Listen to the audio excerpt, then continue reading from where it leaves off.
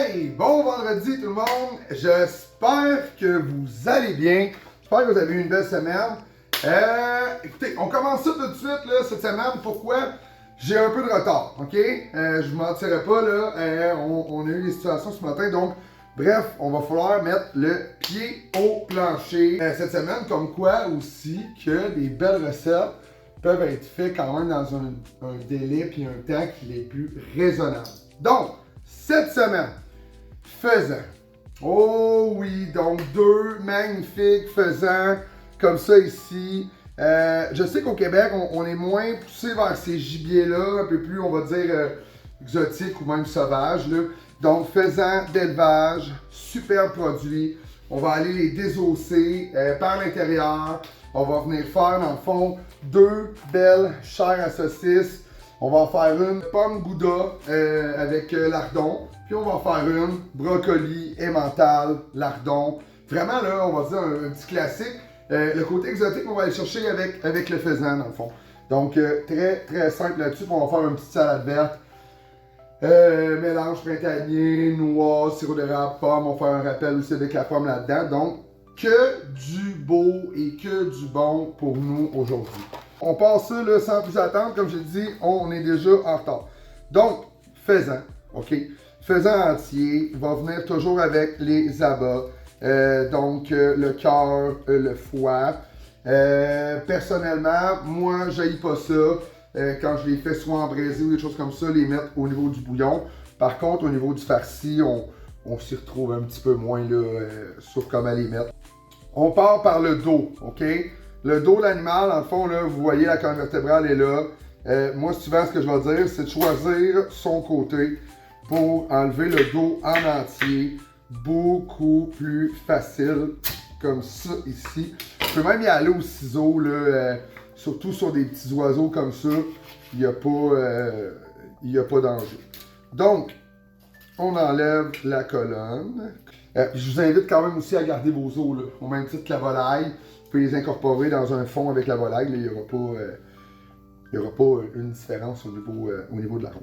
Donc, je vais vous le montrer comme ça ici. À ce niveau-là, moi, je vais venir enlever, comme ça, les petits os de la cage thoracique. Puis, j'ai eu plusieurs discussions cet été avec des gens qui regardaient mes capsules, qui souvent étaient intimidés par le désossage que je faisais en vidéo. Ce qui est important de savoir là-dedans, là, c'est que vous êtes chez vous, dans le confort de votre maison, prenez le temps qu'il faut, là, ok? C'est pas... je comprends que c'est pas votre métier, mais honnêtement, c'est pas non plus... c'est pas irréalisable, là. Je vais aller chercher, ensuite de ça, mes petits os au niveau du bréchet. Vous avancez aussi là, avec vos doigts, beaucoup plus facile de voir où est-ce que l'os commence et où est-ce que l'os se termine. Donc, ma poitrine va être levée. Dans le fond, comme dans la volaille, j'ai déjà fait des capsules sur la volaille. Dans le fond, il va y avoir l'os du milieu, le bréchet, qu'on va aller enlever en le tirant, tout simplement. Comme ça, ici. Peut-être important aussi d'être un petit peu plus délicat au niveau du gibier. Donc, et voilà. J'ai mon anse du centre, j'ai mes deux petits os de la cage thoracique. Donc, mes cages thoraciques là, sont déjà désossées à 100% sur ce volet-là. C'est vraiment bien, hein, pour vrai, travailler des belles volailles comme ça, là, des beaux gibiers. Ça fait des belles discussions à la maison. On se mentira pas que souvent les gens sont plus, je dirais un peu néophytes là, sur ce côté-là. Au niveau de la cuisse, comme une cuisse de poulet, je vais venir lever l'os du dos. Je vais passer entre le petit os ici et ça va être tout. Vous avez deux choix dans le fond. Vous pouvez garder votre cuisse avec vos deux os ou moi ce que je vais faire, c'est que je vais juste aller chercher mon os de haut de cuisse, vous passez sur les deux côtés, puis ensuite de ça, vous venez faire le derrière de la cuisse. Donc, ma poitrine, l'aile, dans le fond, moi, je la laisse entière, parce qu'honnêtement, c'est vraiment pas beau si vous allez jusque-là, puis vous allez vous perdre dans du désossage. Ma poitrine est prête. ma cuisse, mon haut de cuisse est désossé et je laisse mon os de pilon entier. Donc, je vais faire dans le fond la même technique sur l'autre côté de ma cuisse. Je vais faire mon autre faisant. Puis ensuite de ça, je vous reviens. On est de retour. Comme je vous avais dit tantôt, désosser mes faisans comme on a fait en visuel. Donc ça, c'est déjà bon. Version emmental, brocoli, bacon. Donc, j'ai pris mon paquet de chair à saucisse voltigeur. C'est les saucisses que j'ai juste enlevé le boyau dans le fond. Donc, un brocoli, comme ça ici. Et gros cubes de fromage parce que je veux qu'il reste le plus entier possible lors de la cuisson pour vraiment que les invités puissent tomber sur un morceau de fromage. C'est vraiment toujours agréable. Donc, comme ça ici, on va aller mélanger. Donc, j'ai fait blanchir mon brocoli en passant. Excusez, là, j'étais allé un petit peu vite. Mais j'ai fait blanchir mon brocoli 3-4 minutes. Je l'ai passé à la passoire, donné un petit coup de couteau là-dedans pour pas que ça ait des trop gros morceaux non plus. Il y a des gens qui vont vouloir l'assaisonner par l'intérieur. Personnellement, avec le faisan, je le fais un petit peu moins parce que c'est une viande qui est vraiment très douce. Donc, d'aller déjà l'assaisonner, des fois, je trouve des fois qu'on perd un petit peu l'arôme du faisan. Donc, on le voit là, c'est généreux, là, il n'y en a pas de problème. Fait qu'on part vers le côté, comme ça ici. On vient rabattre les ailes. Puis on le tourne de façon à venir mettre les ailes sur le côté. On va venir croiser lors du ficelage. On va le faire au niveau du dessus. On va faire une belle protection pour pas que l'animal, le faisan dans le fond, soit un peu sèche. Montez-les de côté, un petit peu plus facile au niveau du ficelage. Donc, je vais commencer par me faire une ceinture. Très important, quand vous avez des nœuds dans votre corde, enlevez-les tout de suite, ça va bloquer. On vient faire la ceinture comme ça, ici. Le truc, dans le fond, ça va être de pas trop serrer au début. Puis d'avoir une cuisse au-dessus, une cuisse en dessous. Pourquoi de pas trop serrer? Parce qu'on va venir, dans le fond, le ficeler. Donc, si vous allez trop serrer sur la ceinture, elle va monter, puis ça sera pas agréable. Le truc, mettez votre doigt sur la corde, puis venez littéralement passer d'un petit coup sec. Ça va super bien aller. Puis c'est là, dans le fond, qu'on va venir serrer un petit peu plus pour que ça se tienne.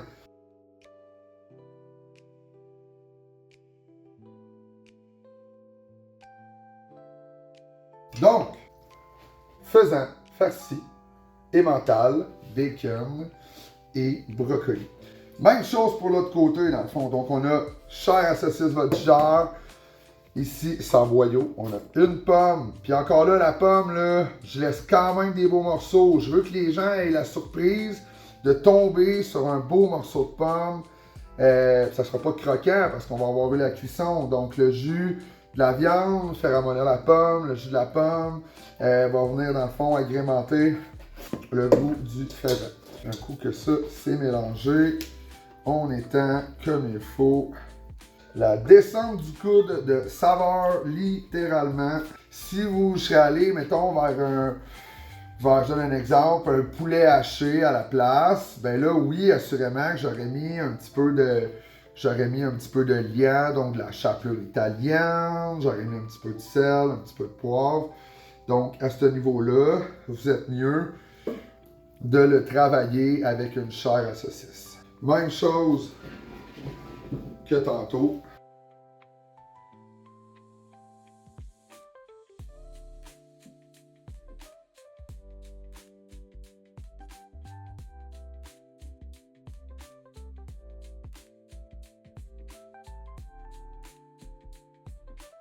Encore là, faisan, farci, bacon, pomme, gouda. On envoie ça au four, on s'envoie ça à 425. Je vous dirais un bon 45 minutes, on va suivre ça de près. Honnêtement, quand c'est des protéines que vous êtes moins habitués, travailler avec un thermomètre, vraiment idéal. OK, donc, faisan dans le four, qu'est-ce qu'on fait dans le four? On va monter notre petite vinaigrette. Je voulais vous montrer aussi, là, parce que tu sais, des fois, Puis moi aussi, là, je regarde du visuel. Tu sais, il y a du visuel incroyable tout partout. Mais je pense que c'est des gens aussi qui sont dédiés seulement à ça. Moi, honnêtement, chez Unibec, tu sais, on a un travail à faire. Bref, on déborde, il n'y a pas de problème avec ça. Tout ça pour dire que ben moi, j'ai oublié d'acheter de l'huile d'olive cette semaine. Ça a été peut-être mon erreur de la semaine. Fait que c'est pour vous montrer, dans le fond, qu'en cuisine, là, honnêtement, on peut quand même compenser un pour l'autre. Est-ce qu'au final, ça va vraiment changer le goût de ma vinaigrette? Personnellement, j'aurais mieux travailler avec de l'huile d'olive. OK? Par contre, aujourd'hui, on est là, la capsule, c'est maintenant, j'ai du monde qui ont faim. Donc, c'était pour vous dire aussi, la fois quand vous voyez des choses dans mes capsules, vous dites ah, c'est maudit, retournez pas à l'épicerie pour ça, là. Il y a des substitutions qui peuvent se faire en cuisine, il n'y a aucun problème avec ça. Donc, on start avec à peu près 3 cuillères à soupe d'huile, ben dans ce cas-là végétale, ça serait la même chose avec olive. On va aller ajouter dans le fond 2 cuillères à soupe d'huile de noisette maison d'Orfeuille. Premièrement, là, c'est pas la première fois que je le dis, c'est vraiment une compagnie que j'apprécie énormément. Vinaigre de vin rouge, on va aller chercher à peu près l'équivalent aussi de 2 cuillères à soupe. Ça, c'est le petit rajout vu que c'est maison d'Orfeuille. Puis par la suite, dans le fond, sirop d'érable, ben là, ça c'est mon maison, dans le fond, parce que j'ai des amis incroyables qui me gardent toujours avec leur petit dada. Donc là, je vais aller chercher 4 cuillères à soupe. Là, aujourd'hui, on fait une salade mi-salée, un peu sucrée. On va de la pomme, on va des mentales, on va de noix de Grenoble. Donc, sincèrement, ça fait tout son sens. Attitude, mélange printanier. Sincèrement, je trouve que le mix de qu'est-ce qu'il y a à l'intérieur, ça fait vraiment du sens. On est de retour. Comme promis, chose due. Regardez-moi ces beaux faisans-là. Sincèrement, ça sent vraiment bon. On va trancher ça en deux pour vous montrer. C'est magnifique. Puis ici, magnifique. C'est vraiment beau. Ça sent vraiment bon. Faisan farci, assez simple, avec le visuel qu'on vous a donné. Ensuite de ça, petite salade printanière, vraiment là, rien de compliqué, on l'a fait ensemble. Vinaigrette, donc goût de jour. J'espère sincèrement vous avoir inspiré. Super beau menu là, au niveau de Noël. Vraiment agréable. Donc sur ce, c'est tout pour moi cette semaine. Je vous souhaite une belle fin de semaine dans mon nom personnel et au nom de Unibec. Et surtout, le plus important qu'il ne faut jamais oublier, mangeons Québec!